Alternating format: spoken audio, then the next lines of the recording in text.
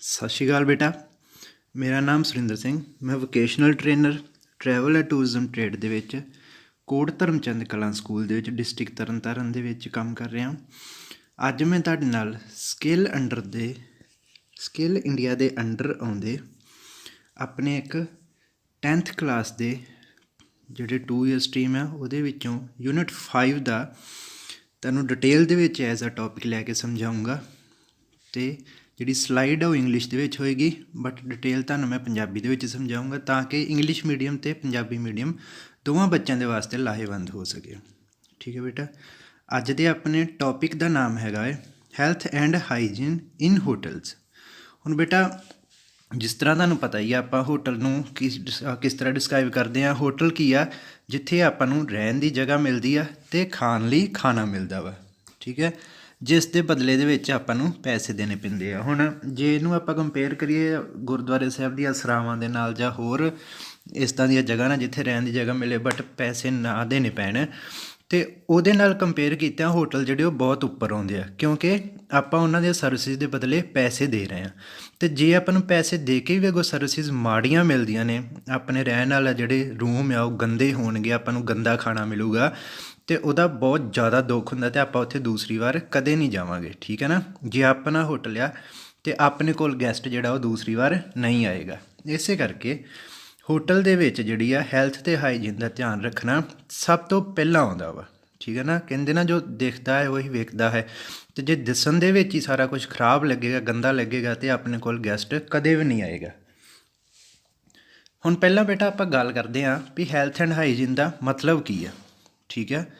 ਇਸ ਟੌਪਿਕ ਦੇ ਵਿੱਚ ਜਿਸ ਤਰ੍ਹਾਂ ਆਪਾਂ ਡਿਟੇਲ ਕਵਰ ਕਰਾਂਗੇ, ਵਾਟ ਇਜ਼ ਹੈਲਥ, ਹੈਲਥ ਕੀ ਆ, what is hygiene, importance of hygiene in hotels, environmental hygiene, floors and floor coverings, furnishings, laundry, bedding, common facilities and public toilets, air conditioning systems, ventilation ਵਗੈਰਾ, and personal hygiene of staff. ਠੀਕ ਹੈ। ਇਹ ਸਾਰੇ topic ਆਪਾਂ ਇਹਦੇ 'ਚ ਗੱਲ cover ਕਰਾਂਗੇ।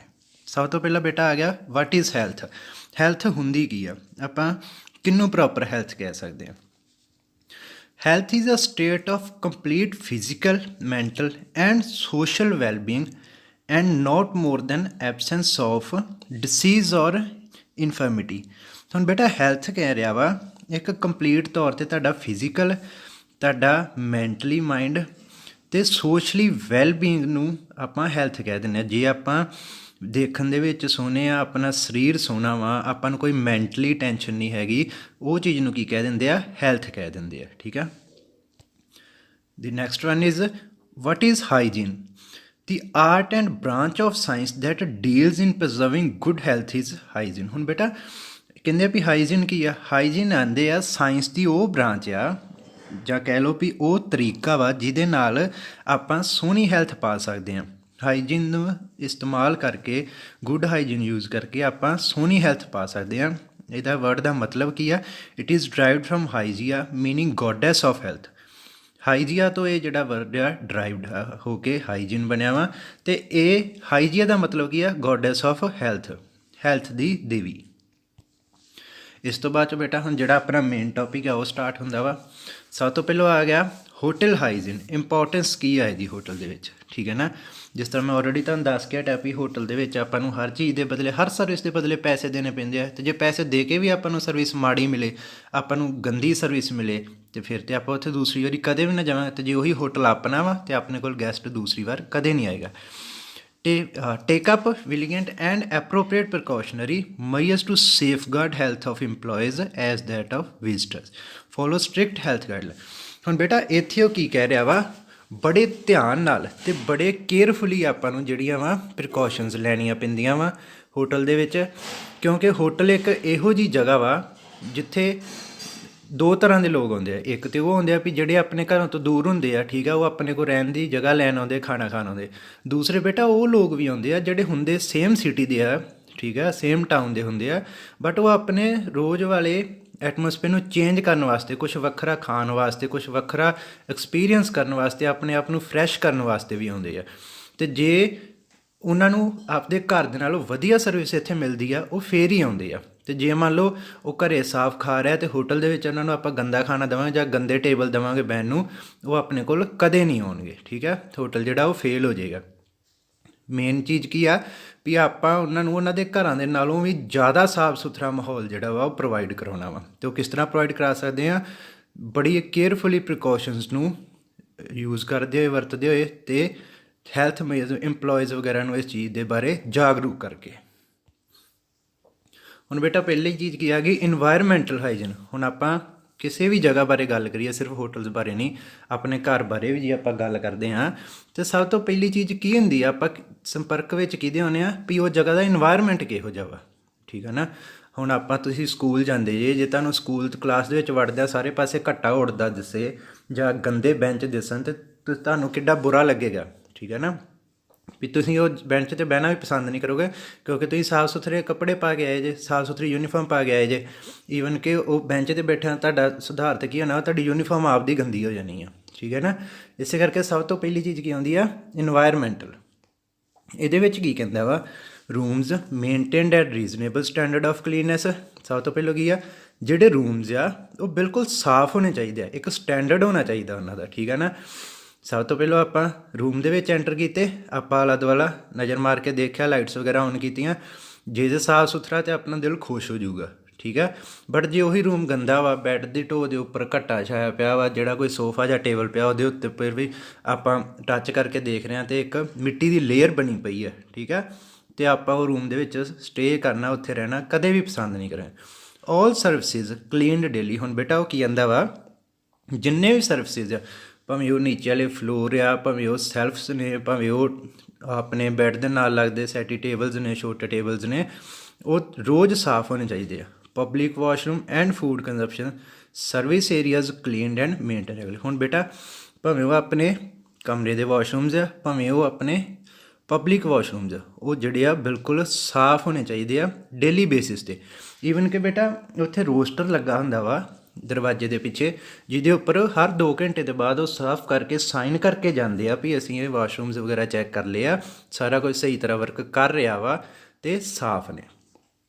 ਅੱਗੇ ਸੁਪਰਵਾਈਜ਼ਰ ਕੀ ਕਰਦੇ ਆ, regular monitoring to ensure that existing hygiene standards are strictly ਇਨਫੋਰਸਡ।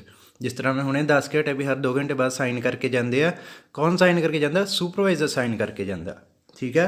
ਅਤੇ ਉਹਦੇ ਵਿੱਚ ਵੱਖੋ ਵੱਖਰੇ ਕਾਲਮ ਬਣੇ ਹੁੰਦੇ ਉਹ ਸ਼ੀਟ 'ਤੇ, ਜਿਹੜੀ ਚੀਜ਼ ਉੱਥੇ ਉਹਨਾਂ ਨੂੰ ਗਲਤ ਦਿਸਦੀ ਆ ਉਹਦੇ ਉੱਪਰ ਉਹ ਕਾਂਟਾ ਮਾਰ ਜਾਂਦੇ ਆ ਵੀ ਆਹ ਚੀਜ਼ ਇੱਥੇ ਸਹੀ ਹੋਣ ਵਾਲੀ ਆ ਜਾਂ ਸਾਫ਼ ਹੋਣ ਵਾਲੀ ਆ। ਜਿਹੜੀ ਚੀਜ਼ ਸਹੀ ਆ ਉਹਦੇ ਅੱਗੇ ਟਿਕ ਕਰਕੇ ਆਪਣੇ ਸਾਈਨ ਕਰਕੇ ਜਾਂਦੇ ਆ। ਇਸ ਤੋਂ ਅੱਗੇ ਬੇਟਾ ਆ ਜਾਂਦੇ ਆ ਫਲੋਰਸ ਐਂਡ ਫਲੋਰ ਕਵਰਿੰਗ। ਹੁਣ ਬੇਟਾ ਇਹ 2 ਚੀਜ਼ਾਂ ਨੇ, ਧਿਆਨ ਨਾਲ ਦੇਖੋ।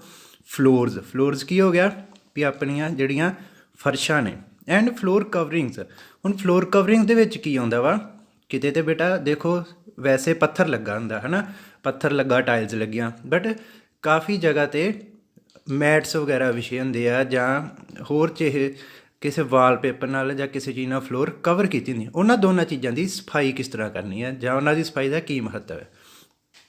ਪਹਿਲੇ ਨੰਬਰ 'ਤੇ ਪੁਆਇੰਟ ਹੈ ਕਾਰਪੈਟਸ ਐਂਡ ਰਗਸ ਮੈਟਸ ਵੈਕਿਊਮਡ ਯੂਜ਼ਿੰਗ ਅ ਕਲੀਨਡ ਔਰ ਸਟੀਮ ਕਲੀਨਡ। ਬੇਟਾ ਜਿਹੜੇ ਕਾਰਪੈਟਸ ਆ ਜਾਂ ਰਗ ਮੈਟਸ ਬੇਟਾ ਹੁੰਦੇ ਆ ਜਿਹੜੇ ਛੋਟੇ ਛੋਟੇ ਕਾਰਪੈਟ ਟਾਈਪ ਆਪਣੇ ਬੈਡਸ ਦੇ ਨਾਲ ਜਾਂ ਟੇਬਲਸ ਦੇ ਨੀਚੇ ਵਿਛਾਏ ਹੁੰਦੇ ਆ। ਕਾਰਪੈਟ ਦਾ ਤੁਹਾਨੂੰ ਸਾਰਿਆਂ ਨੂੰ ਪਤਾ, ਲੌਬੀ ਵਗੈਰਾ ਦੇ ਵਿੱਚ ਤੁਹਾਨੂੰ ਦੇਖਣ ਨੂੰ ਮਿਲਣਗੇ ਕਾਰਪੈਟ। ਉਹਨਾਂ ਨੂੰ ਆਂਦਾ ਵੈਕਿਊਮ ਹੋਣੇ ਚਾਹੀਦੇ, ਰੋਜ਼ ਉਹ ਵੈਕਿਊਮ ਕਲੀਨਰ ਨਾਲ ਸਾਫ਼ ਹੋਣੇ ਚਾਹੀਦੇ ਆ। ਜੇ ਵੈਕਿਊਮ ਕਲੀਨਰ ਸਾਫ਼ ਜਾਂ ਘੱਟਾ ਨਹੀਂ ਨਿਕਲਦਾ ਅਤੇ ਫਿਰ ਉਹਨਾਂ ਨੂੰ ਸਟੀਮ ਕਲੀਨਡ ਕਰੀਦਾ। ਸਟੀਮ ਕਲੀਨਡ ਵਾਲੀ ਬੇਟਾ ਮਸ਼ੀਨ ਆਉਂਦੀ ਆ ਜਿਹੜੀ ਭਾਫ ਮਾਰ ਕੇ ਉਹਨੂੰ ਕੀ ਕਰਦੀ ਆ, ਸਾਫ਼ ਕਰਦੀ ਆ। Hard floor surfaces cleaned with wet vacuum system. ਹੁਣ ਬੇਟਾ ਜਿਹੜੀਆਂ ਟਾਇਲਸ ਨੇ ਜਾਂ ਫਰਸ਼ ਨੇ ਜਿਹੜੀਆਂ ਹਾਰਡ ਫਲੋਰ ਦੇ ਵਿੱਚ ਆਉਂਦੀਆਂ ਵਾ, ਉਹ ਕਹਿੰਦੇ ਆ ਵੀ ਵੈਟ ਵੈਕਿਊਮ ਸਿਸਟਮ ਦੇ ਨਾਲ ਸਾਫ਼ ਹੋਣੀਆਂ ਚਾਹੀਦੀਆਂ। ਡਰਾਇੰਗ ਫਲੋਰ ਦਾ ਨਸੈਸਰੀ। ਹੁਣ ਬੇਟਾ ਜਿਹੜੇ ਡਰਾਇੰਗ ਫਲੋਰ ਦਾ necessary reduces safety hazard from wet floor. ਹੁਣ ਬੇਟਾ ਪਹਿਲੀ ਤਾਂ ਗੱਲ ਉਹਨੂੰ ਸੁੱਕਣ ਦਾ ਟਾਈਮ ਦਿਓ, ਅਤੇ ਜੇ ਤੁਸੀਂ ਉਹਨੂੰ ਸੁੱਕਣ ਦਾ ਟਾਈਮ ਨਹੀਂ ਦੇ ਸਕਦੇ ਫਿਰ ਉੱਥੇ ਬੋਰਡ ਵਗੈਰਾ ਲਾਓ ਵੀ ਇਹ ਵੈਟ ਫਲੋਰ ਆ ਅਤੇ ਉੱਥੇ ਲੰਘਣ ਵਾਲਿਆਂ ਦਾ ਖਿਆਲ ਰੱਖੋ। ਠੀਕ ਹੈ। Hard floor services can be damp mopped using sanitising solutions rinsed and dried. ਠੀਕ ਹੈ। ਹੁਣ ਅੱਗੇ ਇੱਥੇ ਬੇਟਾ ਇਹ ਚੀਜ਼ ਕਹਿ ਰਿਹਾ ਵੀ ਜਿਹੜੇ ਹਾਰਡ ਫਲੋਰ ਸਰਵਿਸਿਜ਼ ਹੁੰਦੇ ਆ ਉਹਨਾਂ ਦੀ ਸੈਨੀਟਾਈਜ਼ਿੰਗ ਵੀ ਬਹੁਤ ਜ਼ਰੂਰੀ। ਸੈਨੀਟਾਈਜ਼ਿੰਗ ਕਾਹਦੇ ਨਾਲ ਕਰਨੀ ਆ, ਸੈਨੀਟਾਈਜ਼ਿੰਗ ਸੋਲਿਊਸ਼ਨ ਦੇ ਨਾਲ ਕਰਨੀ ਆ। ਉਸ ਤੋਂ ਬਾਅਦ 'ਚ ਉਹਨੂੰ ਸਾਫ਼ ਕਰਨਾ ਅਤੇ ਸੁਕਾਉਣਾ ਵਾ। ਇਸ ਤੋਂ ਅੱਗੇ ਬੇਟਾ ਆ ਜਾਂਦਾ ਫਰਨਿਸ਼ਿੰਗ ਦੇ ਵਿੱਚ ਕੀ ਆਉਂਦਾ ਵਾ, includes items such as curtains, drapes, screens, lamp shades and furniture item.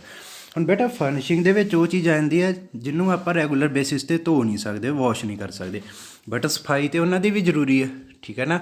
ਉਹਨਾਂ ਦੀ ਸਫਾਈ ਦੇ ਵਾਸਤੇ ਕੀ ਕਰਦੇ ਆ, ਜਿਸ ਤਰ੍ਹਾਂ ਹੁਣ ਕਰਟਨਸ ਹੋ ਗਏ, ਡਰੈਪਸ ਹੋ ਗਏ, ਆਪਣੇ ਪਰਦੇ ਵਗੈਰਾ ਹੋ ਗਏ, ਸਕਰੀਨਸ, ਲੈਂਪ ਸ਼ੇਡਸ, ਤੁਹਾਨੂੰ ਪਤਾ ਜਿਹੜੀਆਂ ਬੈੱਡ ਦੇ ਨਾਲ ਲੈਂਪਸ ਪਈਆਂ ਹੁੰਦੀਆਂ ਜਿਨ੍ਹਾਂ ਦੇ ਵਿੱਚ ਲਾਈਟ ਜਗਦੀ ਆ, ਜਾਂ ਫਰਨੀਚਰ ਆਈਟਮਸ, ਉਹਨਾਂ ਦੀ ਸਫਾਈ ਵੀ ਜ਼ਰੂਰ ਕਰਦੇ। ਕਿਸ ਤਰ੍ਹਾਂ ਕਰਦੇ ਆ, washed wiped with a diluted household bleach solution or steam cleaned regular.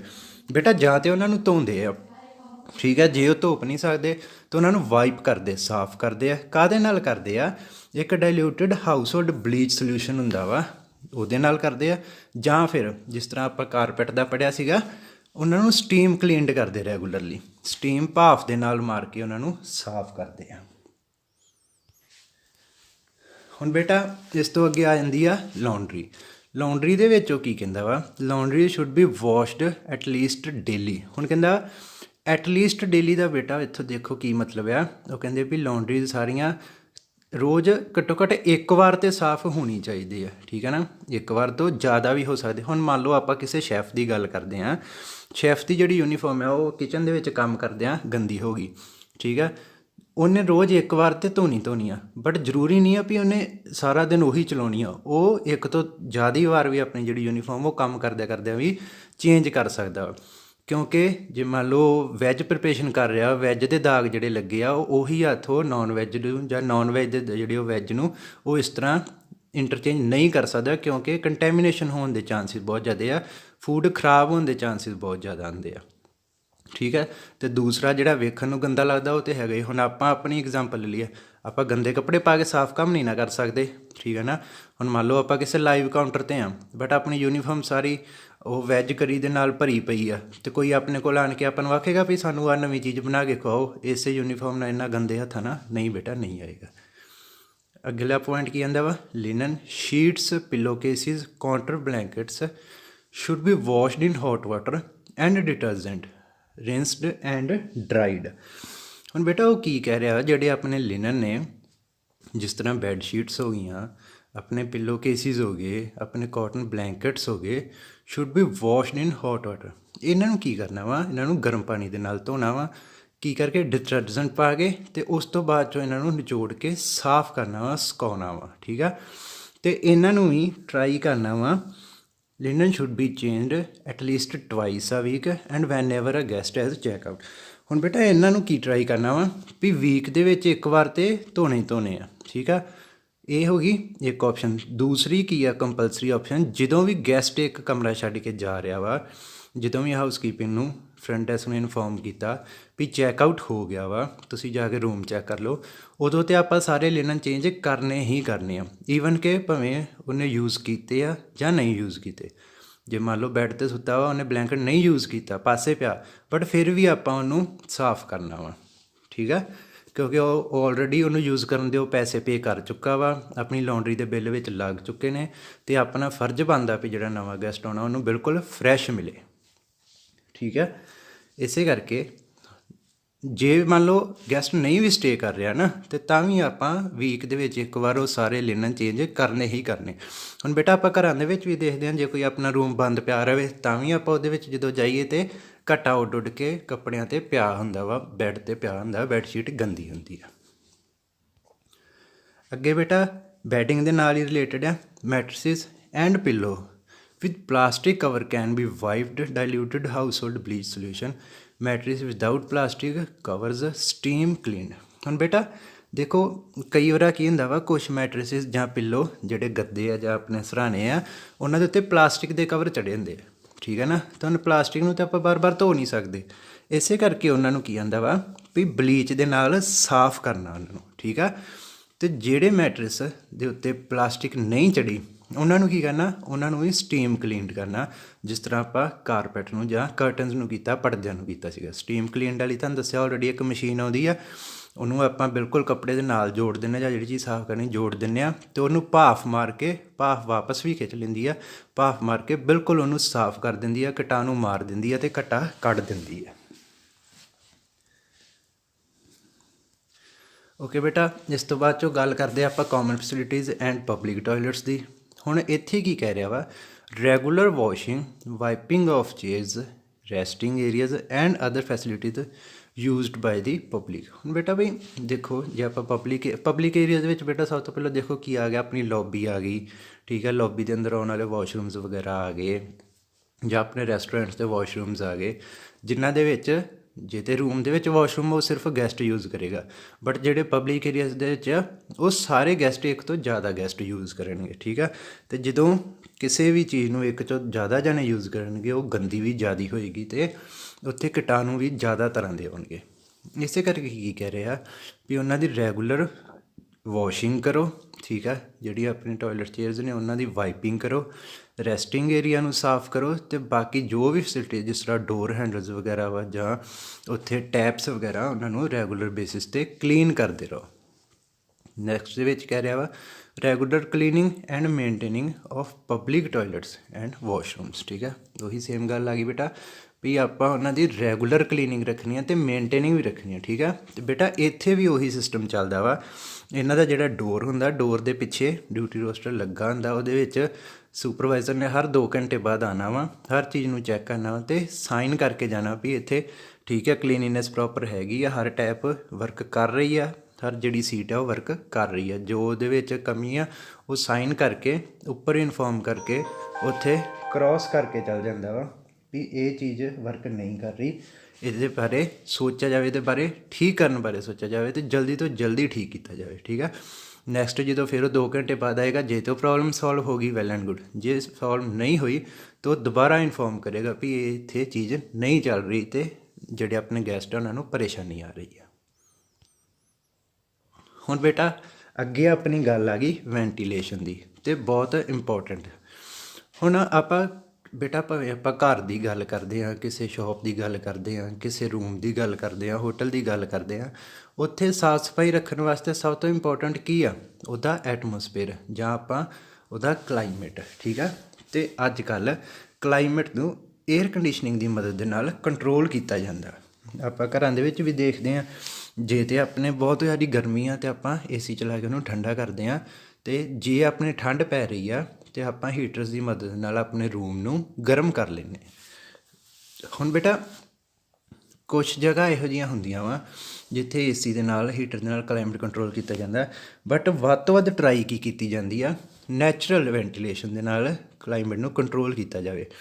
ਅਤੇ ਨੈਚੁਰਲ ਜਿਹੜੀ ਲਾਈਟ ਹੈ ਅਤੇ ਵੈਂਟੀਲੇਸ਼ਨ ਆ, ਉਹ ਵੀ ਹੋਟਲ ਦੀ ਜਾਨ ਹੁੰਦੀ ਆ, ਕਿਸੇ ਵੀ ਰੂਮ ਦੀ ਜਾਨ ਹੁੰਦੀ। ਹੁਣ ਜੇ ਤੁਹਾਨੂੰ ਇੱਕ ਰੂਮ ਦੇ ਵਿੱਚ ਬਿਠਾ ਦਿੱਤਾ ਜਾਵੇ ਜਿਹਦੇ ਵਿੱਚ ਕੋਈ ਵੀ ਵਿੰਡੋ ਨਹੀਂ ਹੈਗੀ, ਬਟ ਸਿਰਫ ਏਅਰ ਕੰਡੀਸ਼ਨ ਲੱਗਾ ਵਾ, ਅਤੇ ਤੁਸੀਂ ਉੱਥੇ ਪ੍ਰੋਪਰਲੀ ਸਾਹ ਨਹੀਂ ਲੈ ਸਕੋਗੇ, ਠੀਕ ਆ। ਤੁਸੀਂ ਉੱਥੇ ਥੋੜ੍ਹੀ ਦੇਰ ਬੈਠ ਕੇ ਘੁਟਨ ਮਹਿਸੂਸ ਕਰੋਗੇ। ਇਸੇ ਕਰਕੇ ਆਪਾਂ ਘਰਾਂ ਦੇ ਵਿੱਚ ਵੀ ਦੇਖਦੇ ਹਾਂ ਵੀ ਆਪਣੇ ਹਰ ਰੂਮ ਨੂੰ ਜਾਂ ਤਾਂ ਵੱਡੀਆਂ ਵੱਡੀਆਂ ਵਿੰਡੋਜ਼ ਲਗਾਉਂਦੇ ਹਾਂ, ਅਗਰ ਵੱਡੀਆਂ ਨਹੀਂ ਪੋਸੀਬਲ ਐਟਲੀਸਟ ਛੋਟੇ ਰੋਸ਼ਨਦਾਨ ਵਗੈਰਾ ਜ਼ਰੂਰ ਰੱਖਦੇ ਹਾਂ, ਤਾਂ ਕਿ ਹਵਾ ਜਿਹੜੀ ਉਹ ਕਰੋਸ ਹੁੰਦੀ ਰਹੇ। ਹਵਾ ਕਰੋਸ ਹੋਏਗੀ ਅਤੇ ਉਹਦੇ ਨਾਲ ਹੀ ਜਿਹੜਾ ਵਾ ਵੈਂਟੀਲੇਸ਼ਨ ਸਹੀ ਰਹੇਗੀ। Ventilation system should functions properly and we regularly maintain. ਹੁਣ ਬੇਟਾ ਉਹ ਕਹਿੰਦੇ ਆ ਵੀ ਪਹਿਲੀ ਤਾਂ ਗੱਲ ਉਹ ਪ੍ਰੋਪਰਲੀ ਵਰਕ ਕਰਨੇ ਚਾਹੀਦੇ ਆ, ਠੀਕ ਹੈ।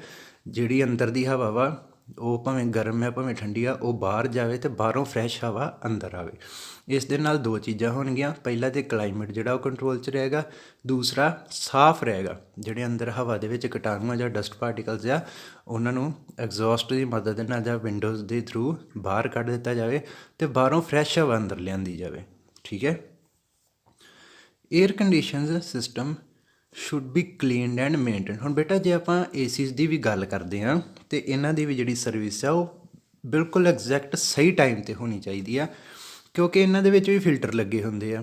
ਤੁਹਾਨੂੰ ਸਾਰਿਆਂ ਨੂੰ ਪਤਾ, ਆਪਾਂ ਘਰਾਂ ਦੇ ਵਿੱਚ ਵੀ AC ਦੀ ਸਰਵਿਸ ਕਰਾਉਂਦੇ ਹਾਂ, ਫਿਲਟਰ ਲੱਗੇ ਹੁੰਦੇ ਆ, ਜਾਲੀਆਂ ਲੱਗੀਆਂ ਹੁੰਦੀਆਂ ਜਿਹੜੀਆਂ ਬਾਹਰ ਦੇ ਘੱਟੇ ਨੂੰ ਖਿੱਚ ਕੇ AC ਦੇ ਅੰਦਰ ਜਾਣੋਂ ਰੋਕਦੀਆਂ, ਬਟ ਇੱਕ ਜਗ੍ਹਾ ਇਕੱਠਾ ਕਰੀ ਜਾਂਦੀਆਂ। ਹੁਣ ਜੇ ਆਪਾਂ ਉਹ ਜਾਲੀ ਨੂੰ ਸਾਫ਼ ਨਹੀਂ ਕਰਾਂਗੇ, AC ਦੀ ਸਰਵਿਸ ਨਹੀਂ ਕਰਵਾਵਾਂਗੇ, ਅਤੇ ਉਹਦੀ ਕੂਲਿੰਗ ਘੱਟ ਹੋ ਜਾਏਗੀ, ਕਿਉਂਕਿ ਉਹਨੂੰ ਹਵਾ ਜਿਹੜੀ ਨਹੀਂ ਮਿਲੇਗੀ, ਅਤੇ ਉਹ ਹਵਾ ਲੈ ਕੇ ਹੀ ਹਵਾ ਨੂੰ ਠੰਡੀ ਕਰਕੇ ਬਾਹਰ ਸੁੱਟਦਾ, ਅਤੇ ਉਹ ਬਾਹਰ ਹਵਾ ਕਿੱਥੋਂ ਸੁੱਟੇਗਾ ਜਦੋਂ ਉਸ ਦੇ ਅੰਦਰ ਹੀ ਨਹੀਂ ਜਾਏਗੀ।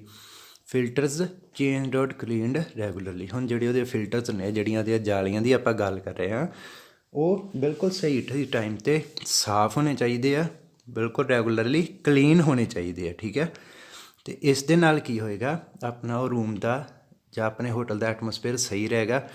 ਹੁਣ ਬੇਟਾ ਵੈਂਟੀਲੇਸ਼ਨ ਦੇ ਵਿੱਚ ਲਾਈਟਸ ਜਿਹੜੀਆਂ ਉਹ ਵੀ ਬੜਾ ਇੰਪੋਰਟੈਂਟ ਵਰਕ ਕਰਦੀਆਂ, ਠੀਕ ਹੈ। ਹੁਣ ਜੇ ਆਪਣੇ ਕੋਲ ਵੱਡੀਆਂ ਵੱਡੀਆਂ ਵਿੰਡੋਜ਼ ਲੱਗੀਆਂ ਨੇ ਵੈਂਟੀਲੇਸ਼ਨ ਦੇ ਥਰੂ ਵਾਸਤੇ, ਅਤੇ ਉਹਨਾਂ ਦੇ ਥਰੂ ਜਿਹੜੀ ਆਪਣੇ ਕੋਲ ਸਨਲਾਈਟ ਵੀ ਆਏਗੀ, ਅਤੇ ਸਨਲਾਈਟ ਦੇ ਨਾਲ ਆਪਾਂ ਸਾਰਿਆਂ ਨੂੰ ਪਤਾ ਵਾ ਬਹੁਤ ਤਰ੍ਹਾਂ ਦੇ ਵਾਇਰਸਿਸ ਜਿਹੜੇ ਹੁੰਦੇ ਆ ਉਹ ਸਨਲਾਈਟ ਦੇ ਵਿੱਚ ਮਰ ਜਾਂਦੇ ਆ। ਜਿਹੜੀ ਜਗ੍ਹਾ 'ਤੇ ਸਨਲਾਈਟ ਨਹੀਂ ਆਉਂਦੀ ਉੱਥੇ ਜਿਹੜਾ ਉਹ ਐਟਮੋਸਫੇਅਰ ਆ ਖ਼ਰਾਬ ਹੋ ਜਾਂਦਾ ਵਾ, ਉੱਥੇ ਸਲਾਬ ਆ ਜਾਂਦੀ ਆ, ਆਪਣੇ ਰੂਮ ਦੀਆਂ ਵਾਲਸ ਨੂੰ ਨੁਕਸਾਨ ਹੋਏਗਾ, ਆਪਣੀਆਂ ਪਈਆਂ ਚੀਜ਼ਾਂ ਨੂੰ ਨੁਕਸਾਨ ਹੋਏਗਾ। ਬਟ ਇਹੀ ਜੇ ਉੱਥੇ ਸਨਲਾਈਟ ਆਉਂਦੀ ਰਹੇਗੀ, ਫਰੈਸ਼ ਹਵਾ ਆਉਂਦੀ ਰਹੇਗੀ, ਅਤੇ ਉਹਨਾਂ ਚੀਜ਼ਾਂ ਦੀ ਜਿਹੜੀ ਲਾਈਫ ਆ ਉਹ ਡਬਲ ਹੋ ਜਾਂਦੀ ਆ। ਇਸ ਦੇ ਨਾਲ ਉੱਥੇ ਸਾਹ ਲੈਣਾ ਈਜ਼ੀ ਹੋ ਜਾਏਗਾ, ਠੀਕ ਆ। ਜਿਸ ਤਰ੍ਹਾਂ ਆਲਰੇਡੀ ਆਪਾਂ ਗੱਲ ਕਰ ਚੁੱਕੇ ਹਾਂ, ਉੱਥੇ ਸਟੇ ਕਰਨਾ ਈਜ਼ੀ ਹੋ ਜਾਏਗਾ, ਅਤੇ ਜਿਹੜਾ ਕਲਾਈਮੇਟ ਆ ਉਹ ਕੰਟਰੋਲ ਕਰਨਾ ਜ਼ਿਆਦਾ ਈਜ਼ੀ ਹੋ ਜਾਏਗਾ। ਹੁਣ ਬੇਟਾ ਸਿਰਫ ਆਪਾਂ ਏਸੀ ਦੇ ਨਾਲ ਵੀ ਕਲਾਈਮੇਟ ਨੂੰ ਕੰਟਰੋਲ ਨਹੀਂ ਕਰ ਸਕਦੇ। ਕਈ ਵਾਰ ਆਪਾਂ ਦੇਖਦੇ ਆ ਆਪਣੇ ਘਰਾਂ ਦੇ ਵਿੱਚ ਬਜ਼ੁਰਗ ਹੁੰਦੇ ਆ ਜਿਨ੍ਹਾਂ ਤੋਂ ਏਸੀ ਨਹੀਂ ਚੱਲਿਆ ਜਾਂਦਾ। ਇਸੇ ਤਰ੍ਹਾਂ ਹੋਟਲ ਦੇ ਵਿੱਚ ਵੀ ਬਜ਼ੁਰਗ ਆ ਜਾਂਦੇ ਆ, ਉਹ ਕੀ ਕਹਿੰਦੇ ਆ ਵੀ ਸਾਨੂੰ ਫਰੈਸ਼ ਹਵਾ ਦੀ ਲੋੜ ਆ, ਅਸੀਂ ਏਸੀ ਨਹੀਂ ਚਲਾਉਣਾ। ਅਤੇ ਜੇ ਆਪਣੇ ਰੂਮ ਦੇ ਵਿੱਚ ਆਪਾਂ ਵੈਂਟੀਲੇਸ਼ਨ ਬਾਰੇ ਸੋਚਿਆ ਹੀ ਨਹੀਂ, ਆਪਾਂ ਵਿੰਡੋਜ਼ ਰੱਖੀਆਂ ਹੀ ਨਹੀਂ ਆ, ਤਾਂ ਆਪਾਂ ਉਹਨਾਂ ਨੂੰ ਉਹ ਰੂਮ ਨਹੀਂ ਦੇ ਸਕਦੇ, ਅਤੇ ਇਸ ਤਰ੍ਹਾਂ ਆਪਣਾ ਨੁਕਸਾਨ ਹੋ ਜਾਏਗਾ। ਇਸੇ ਕਰਕੇ ਜਿਹੜੀ ਵੈਂਟੀਲੇਸ਼ਨ ਹੈ ਉਹ ਸਭ ਤੋਂ ਵੱਧ ਇੰਪੋਰਟੈਂਟ ਹੁੰਦੀ ਆ ਹਾਈਜੀਨ ਦੇ ਵਿੱਚ। ਹੁਣ ਬੇਟਾ ਸਾਰਾ ਕੁਛ ਆਪਾਂ ਕਰ ਲਿਆ, ਠੀਕ ਆ। ਆਪਾਂ ਹੋਟਲ ਬਾਰੇ ਸੋਚ ਲਿਆ, ਆਪਾਂ ਵੈਂਟੀਲੇਸ਼ਨ ਬਾਰੇ ਸੋਚ ਲਿਆ, ਆਪਾਂ ਇਹ ਸੋਚ ਲਿਆ ਸਫਾਈ ਕਿਸ ਤਰ੍ਹਾਂ ਕਰਨੀ ਆ, ਸਫਾਈ ਰੂਮ ਦੀ ਕਿਸ ਤਰ੍ਹਾਂ ਕਰਨੀ ਆ ਜਾਂ ਹੋਰ ਕਿਸ ਤਰ੍ਹਾਂ ਕਰਨੀ ਆ। ਬਟ ਇਹ ਸਾਰੇ ਚੀਜ਼ ਸਟਾਰਟ ਕਿੱਥੋਂ ਹੁੰਦੀ ਆ, ਆਪਣੀ ਪਰਸਨਲ ਹਾਈਜੀਨ ਤੋਂ। ਜੇ ਆਪਾਂ ਪਰਸਨਲ ਹਾਈਜੀਨ ਨਹੀਂ ਰੱਖਦੇ, ਆਪਾਂ ਆਪਣੇ ਬਾਰੇ ਨਹੀਂ ਸੋਚਦੇ, ਅਤੇ ਆਪਾਂ ਹੋਟਲ ਬਾਰੇ ਕਿੱਦਾਂ ਸੋਚ ਸਕਦੇ ਹਾਂ, ਠੀਕ ਹੈ ਨਾ। ਹੋਟਲ ਨੇ ਕੀ ਕਰਨਾ, ਉਹਨੇ ਤੁਹਾਨੂੰ ਚੀਜ਼ਾਂ ਪ੍ਰੋਵਾਈਡ ਕਰਾਉਣੀਆਂ। ਤੁਸੀਂ ਆਖਿਆ ਜੀ ਅਸੀਂ ਬੈੱਡਸ਼ੀਟ ਸਾਫ਼ ਕਰਨੀ ਆ, ਉਹਨੇ ਡਿਟਰਜੈਂਟ ਦੇ ਦਿੱਤਾ। ਤੁਸੀਂ ਆਖਿਆ ਵੀ ਅਸੀਂ ਯੂਨੀਫਾਰਮ ਚੇਂਜ ਕਰਨੀ ਆ, ਉਹਨੇ ਯੂਨੀਫਾਰਮ ਲੈ ਕੇ ਸਾਫ਼ ਕਰਕੇ ਦੇ ਦਿੱਤੀ। ਹੁਣ ਐਂਡ ਆਫ ਦੀ ਡੇ ਇਹ ਗੱਲ ਸਾਰੀ ਕਿਹਦੇ 'ਤੇ ਆ ਜਾਂਦੀ ਆ, ਤੁਹਾਡੇ 'ਤੇ, ਠੀਕ ਹੈ। ਕਿਉਂਕਿ ਹਾਈਜੀਨ ਦੀ ਜ਼ਿੰਮੇਵਾਰੀ ਤੁਹਾਡੀ ਹੈ, ਅਤੇ ਜਿੰਨਾ ਚਿਰ ਤੁਸੀਂ ਪਰਸਨਲ ਹਾਈਜੀਨ ਨਹੀਂ ਆਪਦੀ ਰੱਖਦੇ, ਉਹਨਾਂ ਚਿਰ ਤੁਸੀਂ ਕਿਸੇ ਨੂੰ ਹਾਈਜੀਨ ਦੇ ਵਾਸਤੇ ਨਹੀਂ ਬੋਲ ਸਕਦੇ, ਜਾਂ ਤੁਸੀਂ ਹਾਈਜੀਨ ਨਹੀਂ ਰੱਖ ਸਕਦੇ, ਠੀਕ ਹੈ ਨਾ। ਆਪਣੀ ਪਰਸਨਲ ਹਾਈਜੀਨ ਜਿਹੜੀ ਆ ਉਹ ਸਟਾਫ ਦੀ ਆ, ਉਹ ਸਭ ਤੋਂ ਇੰਪੋਰਟੈਂਟ। ਹੁਣ ਬੇਟਾ ਮੰਨ ਲਓ ਜੇ ਆਪਾਂ ਸ਼ੈਫ ਦੀ ਗੱਲ ਕਰੀਏ, ਜਿਸ ਤਰ੍ਹਾਂ ਆਪਾਂ ਇੱਥੇ ਸ਼ੈਫ ਦੀਆਂ ਪਿਕਸ ਲਗਾਈਆਂ ਵਾ, ਹੁਣ ਉਸ ਨੂੰ ਸਾਫ਼ ਵੈਜੀਟੇਬਲਸ ਪ੍ਰੋਵਾਈਡ ਕਰ ਦਿੱਤੀਆਂ ਗਈਆਂ, ਜਾਂ ਸਾਫ਼ ਉਹਨੂੰ ਮੀਟ ਪ੍ਰੋਵਾਈਡ ਕਰ ਦਿੱਤਾ ਗਿਆ ਯੂਜ਼ ਕਰਨ ਵਾਸਤੇ, ਮਸਾਲੇ ਸਾਫ਼ ਚੌਪਿੰਗ ਬੋਰਡ ਪ੍ਰੋਵਾਈਡ ਕਰ ਦਿੱਤੇ। ਬਟ ਜੇ ਉਹ ਕੋਈ ਕੰਮ ਸ਼ੁਰੂ ਕਰਨ ਤੋਂ ਪਹਿਲਾਂ ਆਪਣੇ ਹੀ ਹੱਥ ਨਹੀਂ ਧੋ ਰਿਹਾ, ਆਪਦੇ ਉਹਦੇ ਗੰਦੇ ਹੱਥਾਂ ਦੇ ਨਾਲ ਕੰਮ ਕਰ ਰਿਹਾ, ਅਤੇ ਸਾਰਾ ਕੁਝ ਸਾਫ਼ ਪ੍ਰੋਵਾਈਡ ਕਰਨ ਦਾ ਕੋਈ ਫਾਇਦਾ ਹੋਇਆ ਨਹੀਂ, ਕੋਈ ਨਹੀਂ ਹੋਇਆ। ਜੇ ਲਾਈਵ ਕਾਊਂਟਰ ਦੇ ਵਿੱਚ ਉਹ ਕੰਮ ਕਰ ਰਿਹਾ ਵਾ, ਸਾਰਾ ਕੁਛ ਉਸਦਾ ਟੇਬਲ ਸਾਫ਼ ਆ, ਉਸਦੇ ਜਿੰਨੇ ਵੀ ਇਕਵਿਪਮੈਂਟ ਸਾਰੇ ਸਾਫ਼ ਆ, ਬਟ ਉਹ ਗੈਸਟ ਦੇ ਸਾਹਮਣੇ ਸਟਾਰਟ ਕਰਨ ਲੱਗਿਆ ਆਪਣੇ ਹੈਂਡਸ ਨਹੀਂ ਵਾਸ਼ ਕਰ ਰਿਹਾ, ਉਹਨਾਂ ਗੰਦੇ ਹੈਂਡਸ ਦੇ ਨਾਲ ਡੋਰ ਖੋਲ੍ਹ ਰਿਹਾ ਵਾ, ਉਹਨਾਂ ਦੇ ਨਾਲ ਆਪਣੀਆਂ ਥੱਲੇ ਡਸਟਬਿਨ 'ਚ ਸਮਾਨ ਸੁੱਟ ਰਿਹਾ ਵਾ, ਕੱਢ ਰਿਹਾ ਵਾ, ਜਾਂ ਉਹਨਾਂ ਦੇ ਨਾਲ ਹੀ ਆਪਣੇ ਜਿਹੜੇ ਰੈਕਸ ਆ ਖੋਲ੍ਹ ਕੇ ਉਹਨਾਂ ਦੇ ਵਿੱਚੋਂ ਸਮਾਨ ਕੱਢ ਰਿਹਾ ਵਾ, ਅਤੇ ਫਿਰ ਉਹ ਜਿਹੜੀ ਉਹਦੀ ਆਲੇ ਦੁਆਲੇ ਦੀ ਸਾਫ਼ ਸਫਾਈ ਆ ਉਹਦਾ ਕੋਈ ਫਾਇਦਾ ਨਹੀਂ ਰਹਿੰਦਾ। ਇਸੇ ਕਰਕੇ ਇੱਥੇ ਵੀ ਸਭ ਤੋਂ ਇੰਪੋਰਟੈਂਟ ਚੀਜ਼ ਕੀ ਆ ਜਾਂਦੀ ਆ, ਪਰਸਨਲ ਹਾਈਜੀਨ। ਪਰਸਨਲ ਹਾਈਜੀਨ ਦੇ ਵਿੱਚ ਬੇਟਾ ਸਭ ਤੋਂ ਪਹਿਲਾ ਪੁਆਇੰਟ ਉਹਨੇ ਕੀ ਲਿਖਿਆ, all staff should observe strict personal hygiene. ਬੜੇ ਸਖਤ ਹੋ ਕੇ ਜਿਹੜੀ ਆ ਪਰਸਨਲ ਹਾਈਜੀਨ ਬਾਰੇ ਓਬਜ਼ਰਵ ਕਰਨਾ ਚਾਹੀਦਾ, ਸੋਚਣਾ ਚਾਹੀਦਾ ਵਾ। ਕਿਸ ਤਰ੍ਹਾਂ, ਜਿਹੜਾ ਤੁਹਾਡਾ ਐਗਜ਼ੀਕਿਊਟਿਵ ਸ਼ੈਫ ਆ ਜਾਂ ਤੁਹਾਡਾ ਸੁਪਰਵਾਈਜ਼ਰ ਆ, ਉਹ ਇਸ ਚੀਜ਼ ਦਾ ਖਿਆਲ ਰੱਖੇਗਾ ਵੀ ਤੁਸੀਂ ਆਪਣਾ ਕੰਮ ਸਟਾਰਟ ਕਰਨ ਤੋਂ ਪਹਿਲਾਂ ਆਪਣੇ ਹੱਥ ਸਾਫ਼ ਕੀਤੇ ਆ, ਹੱਥ ਸਾਫ਼ ਕਰਕੇ ਉਹਨਾਂ ਨੂੰ ਸੁਕਾਇਆ ਕਿਹੜੇ ਤਰੀਕੇ ਦੇ ਨਾਲ, ਹੱਥ ਧੋ ਕੇ ਕਿਤੇ ਗੰਦੇ ਕੱਪੜੇ ਨਾਲ, ਗੰਦੇ ਨੈਪਕਿਨ ਨਾਲ ਤਾਂ ਨਹੀਂ ਯੂਜ਼ ਕਰਕੇ ਸੁਕਾਇਆ, ਠੀਕ ਹੈ। ਜਾਂ ਤੁਸੀਂ ਹੱਥ ਜਿਹੜੇ ਉਹ ਚੰਗੀ ਤਰ੍ਹਾਂ ਸਾਫ਼ ਕੀਤੇ ਆ ਕਿ ਨਹੀਂ। ਆਪਾਂ ਜਿਸ ਤਰ੍ਹਾਂ ਛੋਟੀਆਂ ਕਲਾਸਿਸ ਵਿੱਚ ਪੜ੍ਹਿਆ ਨਾ, ਹੈਂਡ ਵਾਸ਼ਿੰਗ ਪ੍ਰੋਸੀਜਰ ਵੀ ਹੁੰਦਾ ਵਾ, ਹੱਥਾਂ ਨੂੰ ਸਾਫ਼ ਕਰਨ ਦਾ ਵੀ ਇੱਕ ਸਹੀ ਤਰੀਕਾ ਹੁੰਦਾ ਵਾ, ਉਸ ਨੂੰ ਕੰਮ ਦੇ ਵਿੱਚ ਲਿਆਉਂਦੇ ਹੋਇਆ ਸਾਫ਼ ਕੀਤਾ ਨਹੀਂ। Wash hands frequently. ਹੁਣ ਬੇਟਾ ਇਹ ਨਹੀਂ ਆ ਵੀ ਆਪਾਂ ਜਦੋਂ ਇੱਕ ਵਾਰੀ ਕਿਚਨ 'ਚ ਐਂਟਰ ਕੀਤੇ ਤਾਂ ਆਪਾਂ ਇੱਕ ਵਾਰੀ ਹੱਥ ਧੋ ਕੇ ਐਂਟਰ ਕਰ ਗਏ, ਮੁੜ ਕੇ ਆਪਾਂ ਸਾਰੀ ਸ਼ਿਫਟ 'ਚ ਸਾਫ਼ ਹੀ ਨਹੀਂ ਕਰਨੀ। ਬੇਟਾ ਗਲਤ ਗੱਲ ਆ। ਹਰ ਕੰਮ ਕਰਦਿਆਂ ਆਪਣੇ ਹੱਥ ਗੰਦੇ ਹੁੰਦੇ ਆ, ਅਤੇ ਜਦੋਂ ਵੀ ਕੰਮ ਖਤਮ ਹੋ ਜੇ, ਗੰਦਾ ਹੱਥ ਹੋਏ ਆ, ਦੂਸਰਾ ਕੰਮ ਸਟਾਰਟ ਕਰਨ ਤੋਂ ਪਹਿਲਾਂ ਆਪਣਾ ਫਰਜ਼ ਬਣਦਾ ਵੀ ਆਪਾਂ ਹੱਥਾਂ ਨੂੰ ਸਾਫ਼ ਕਰੀਏ, ਠੀਕ ਹੈ। Cover nose and mouth with tissue paper when sneezing or coughing. ਹੁਣ ਬੇਟਾ ਇਹ ਨੋਰਮਲ ਲਾਈਫ ਦੇ ਵਿੱਚ, ਡੇਲੀ ਲਾਈਫ ਦੇ ਵਿੱਚ ਵੀ ਆਉਣ ਵਾਲੀ ਚੀਜ਼ ਹੈ। ਜਦੋਂ ਤੁਹਾਨੂੰ ਛਿੱਕ ਆਉਂਦੀ ਆ ਜਾਂ ਤੁਹਾਨੂੰ ਖੰਘ ਆਉਂਦੀ ਆ, ਤੁਹਾਡਾ ਫਰਜ਼ ਬਣਦਾ ਤੁਸੀਂ ਆਪਣੇ ਨੱਕ ਨੂੰ ਅਤੇ ਆਪਣੇ ਮੂੰਹ ਨੂੰ ਕਿਸੇ ਟਿਸ਼ੂ ਪੇਪਰ ਨਾਲ ਜਾਂ ਹੈਂਕੀ ਨਾਲ ਕਵਰ ਕਰੋ। ਇੱਥੇ ਟਿਸ਼ੂ ਪੇਪਰ ਆਪਾਂ ਤਾਂ ਬੋਲ ਰਹੇ ਹਾਂ ਕਿਉਂਕਿ ਆਪਾਂ ਕਮਰਸ਼ੀਅਲ ਜਗ੍ਹਾ 'ਤੇ ਕੰਮ ਕਰ ਰਹੇ ਹਾਂ, ਅਤੇ ਆਪਾਂ ਬਾਰ ਬਾਰ ਆਪਣੇ ਗੰਦੇ ਹੈਂਕੀ ਨੂੰ ਯੂਜ਼ ਨਹੀਂ ਕਰ ਸਕਦੇ, ਠੀਕ ਹੈ। ਇਸੇ ਕਰਕੇ ਟਿਸ਼ੂ ਪੇਪਰ ਦਾ ਯੂਜ਼ ਕਰੋ ਅਤੇ ਬਾਅਦ 'ਚੋਂ ਟਿਸ਼ੂ ਨੂੰ ਡਸਟਬਿਨ 'ਚ ਸੁੱਟ ਦਿਓ। Change and wash uniform at least daily. ਹੁਣ ਬੇਟਾ ਫਿਰ ਉਹੀ ਗੱਲ ਆ ਗਈ, ਤੁਸੀਂ ਦਿਨ ਦੇ ਵਿੱਚ ਇੱਕ ਵਾਰ ਤਾਂ ਆਪਣੀ ਯੂਨੀਫਾਰਮ ਚੇਂਜ ਕਰਨੀ ਹੀ ਕਰਨੀ ਆ, ਬਟ ਜੇ ਕੰਮ ਕਰਦਿਆਂ ਉਹ ਯੂਨੀਫਾਰਮ ਗੰਦੀ ਹੋ ਗਈ ਆ ਤਾਂ ਤੁਸੀਂ ਇੱਕ ਵਾਰ ਤੋਂ ਜ਼ਿਆਦਾ ਵਾਰ ਵੀ ਉਹਨੂੰ ਯੂਜ਼ ਉਹਨੂੰ ਚੇਂਜ ਕਰ ਸਕਦੇ ਜੇ, ਠੀਕ ਆ। ਜਿਹੜੀ ਹੋਟਲ ਦੀ ਲਾਂਡਰੀ ਉਹ ਤੁਹਾਨੂੰ ਸਾਫ਼ ਯੂਨੀਫਾਰਮ ਪ੍ਰੋਵਾਈਡ ਕਰਾਉਂਦੀ ਆ ਅਤੇ ਉਹ ਤੁਹਾਨੂੰ ਕਦੇ ਵੀ ਨਹੀਂ ਕਹਿਣਗੇ ਵੀ ਤੁਸੀਂ ਇੱਕ ਵਾਰ ਤੋਂ ਜ਼ਿਆਦਾ ਕਿਉਂ ਇਸ ਨੂੰ ਵਾਸ਼ ਕਰਵਾ ਰਹੇ ਜੇ, ਠੀਕ ਹੈ ਨਾ। ਇਸੇ ਕਰਕੇ ਆਪਾਂ ਆਪਣੀ ਪਰਸਨਲ ਹਾਈਜੀਨ ਦਾ ਜਿਹੜਾ ਖਿਆਲ ਆ ਉਹ ਸਭ ਤੋਂ ਵੱਧ ਰੱਖਣਾ, ਠੀਕ ਹੈ ਬੇਟਾ। ਇਹ ਆਪਣਾ ਅੱਜ ਦਾ ਟੌਪਿਕ ਸੀਗਾ। ਆਈ ਹੋਪ ਤੁਹਾਨੂੰ ਸਾਰਿਆਂ ਨੂੰ ਸਮਝ ਆਇਆ ਹੋਵੇਗਾ, ਇੰਗਲਿਸ਼ ਮੀਡੀਅਮ ਵਾਲਿਆਂ ਨੂੰ, ਪੰਜਾਬੀ ਮੀਡੀਅਮ ਵਾਲਿਆਂ ਨੂੰ ਵੀ। ਜੇ ਤੁਹਾਡੀ ਕੋਈ ਵੀ ਪ੍ਰੋਬਲਮ ਹੋਵੇ ਜਾਂ ਤੁਹਾਨੂੰ ਕੁਛ ਨਾ ਸਮਝ ਆਇਆ ਹੋਵੇ ਤਾਂ ਤੁਸੀਂ ਨੀਚੇ ਕਮੈਂਟ ਕਰ ਸਕਦੇ ਜੀ। ਥੈਂਕਸ ਬੇਟਾ।